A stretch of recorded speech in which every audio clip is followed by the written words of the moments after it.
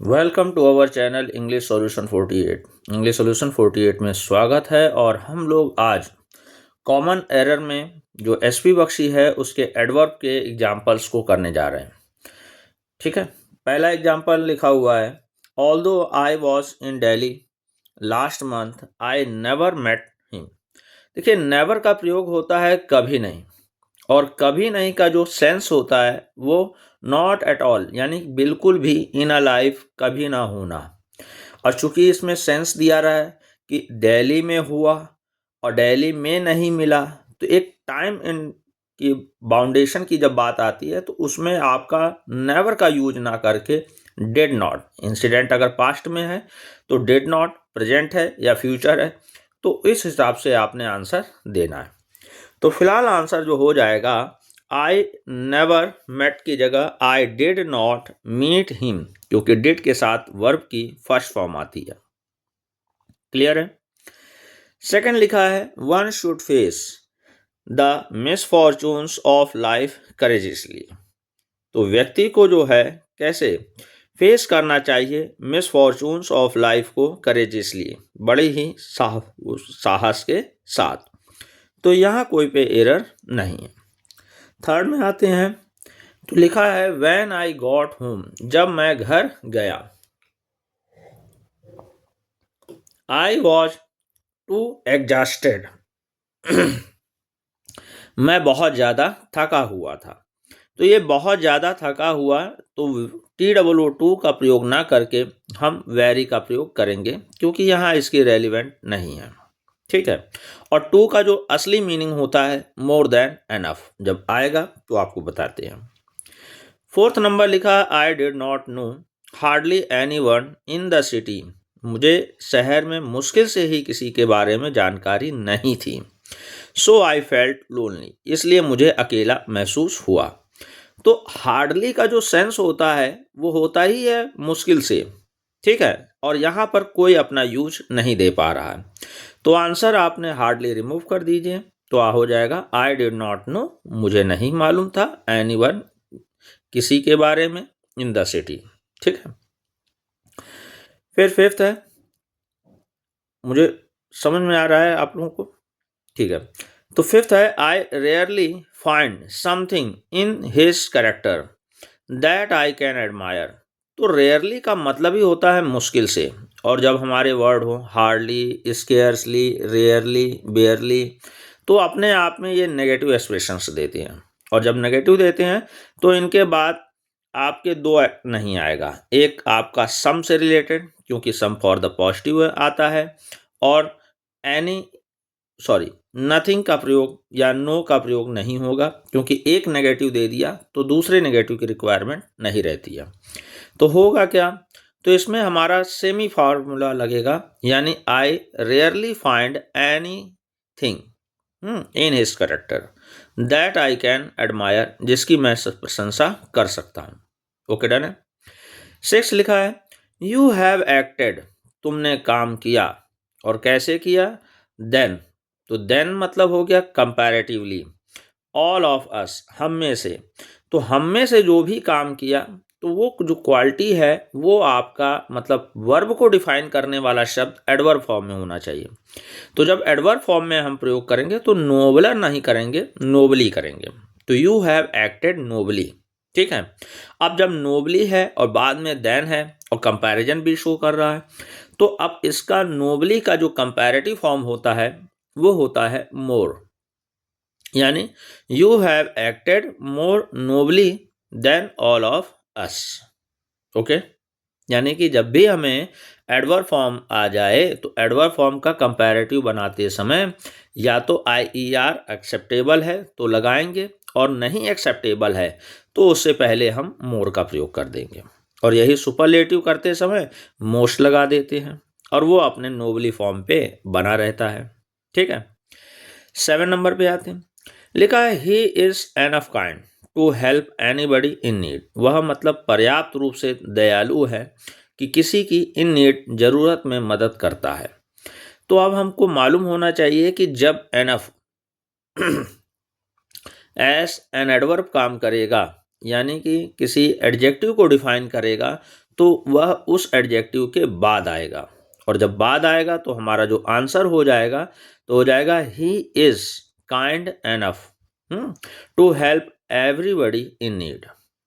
Okay done. चलो 9 number लिखा है ही हैज नो टाइम, उसके पास कोई समय नहीं है, to read novels and no desire neither, और ना ही इच्छा है और उसके बाद नाइदर।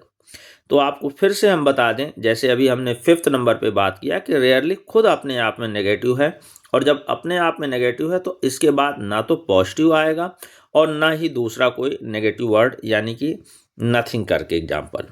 तो सेम पॉइंट हमारा 9th नंबर पे यहाँ पर भी आ रहा है कि आपने नो शब्द के बाद ये नाइदर का प्रयोग ना हो करके यहाँ पर इसका पॉजिटिव एक्सप्रेशन यानी आइदर आ जाएगा, यानी एक नेगेटिव हो गया तो फिर दूसरे नेगेटिव का यूज नहीं किया जाता है।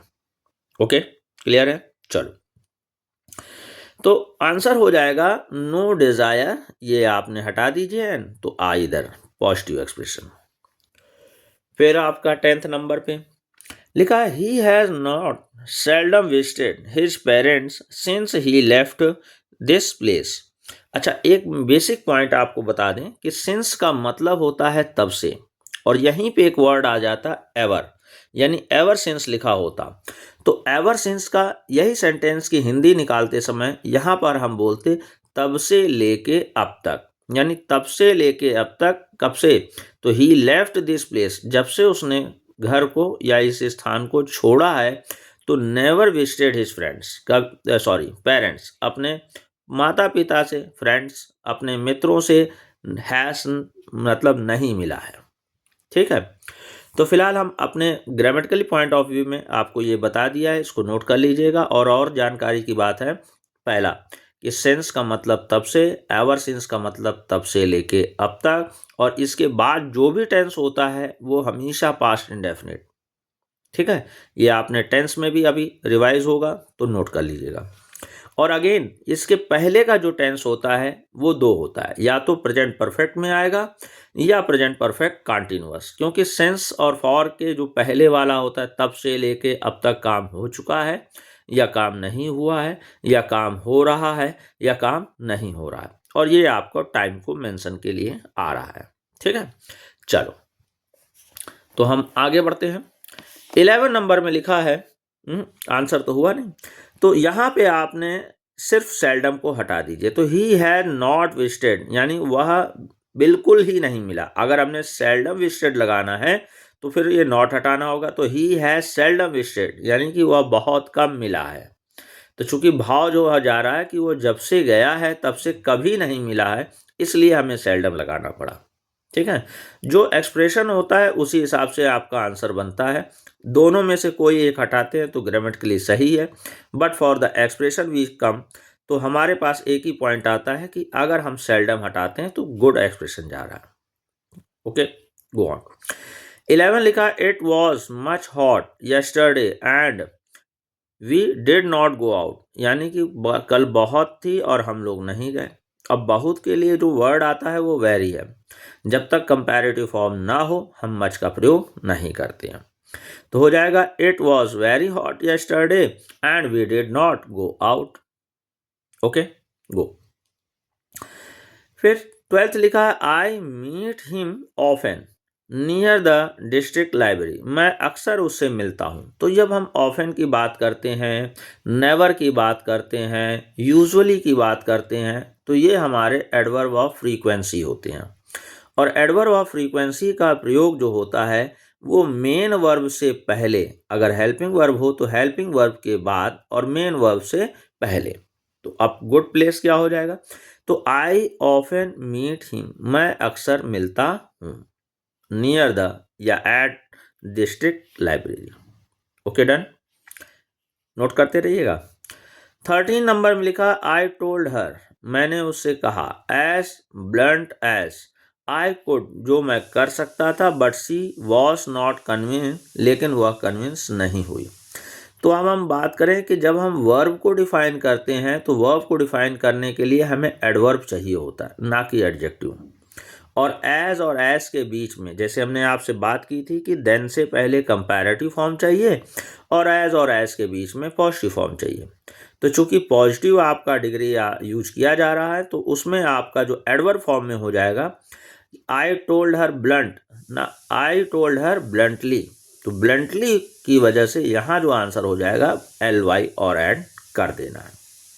ओके, चलिए फिर नेक्स्ट नंबर पे बहुत अच्छा एग्जाम्पल है, ये अक्सर हम लोग हिंदी बोलते हैं, उसने चाय कॉफ़ी की बात क्या कही जाए, पानी भी नहीं पूछा है, उस मेरी बात मानने की बात तो छोड़ो, उसने बात भी नहीं सुनी। तो की बात क्या कहा जाए, तो हिंदी में इसका ट्रांसलेशन की बात क्या कहा जाए, तो अंग्रेजी में हम लोग उसके लिए ट्रांसलेट कर देते हैं व्हाट टू टॉक। जबकि जो ग्रामेटिकली पॉइंट ऑफ व्यू होता है वो आपका व्हाट टू टॉक नहीं होता है, बल्कि होता है नॉट टू टॉक ऑफ। यानी इस व्हाट को हटा दीजिए और यहाँ पर आपने क्या लगा दीजिए, नॉट। ध्यान रहे कुछ ऐसे एक्सप्रेशंस होते हैं जो इंग्लिश में अपनी भाषा में चलते हैं और हम लोग क्या करते हैं अपने मतलब से कन्वर्ट कर देते हैं, जैसे 100% तो 100%। तो जबकि हमारा क्या होता है, मतलब इंग्लिश में क्या होता है, वहाँ होता है 100%। ये 100% तो हम लोगों का सेल्फ क्रिएटेड वर्ड है। ठीक है, डन। चलो तो इसमें आंसर हो जाएगा not to talk of tea, चाय की बात क्या कहा जाए, they did not offer us even water, उन्होंने मुझे पानी भी नहीं पूछा। ठीक है, फिर है my mother works very quicklier, answer directly बोल दिया है। तो देन आई एट एम्ब्रॉयडरी, तो यहाँ पे जब वर्ड की बात करते हैं तो क्विकली वर्ड नहीं आएगा, कंपैरेटिव फॉर्म आ जाएगा। तो कंपैरेटिव फॉर्म की स्पेलिंग हो जाएगी वर्क क्विकली, और क्विकलियर आपका एक्सप्रेशन होता है। तो यहाँ वेरी भी हटा दीजिए, उसकी जगह मच। ठीक है, क्योंकि कंपैरेटिव के पहले वेरी की अपेक्षा हमारा मच का प्रयोग किया जाएगा। तो my mother works much quicklier than I, मेरे से ज़्यादा जल्दी काम करती है एट एम्ब्रॉयडरी में। आई होप आपको अच्छे से एडवर्ब के फाइनल एग्जांपल्स आ रहे होंगे।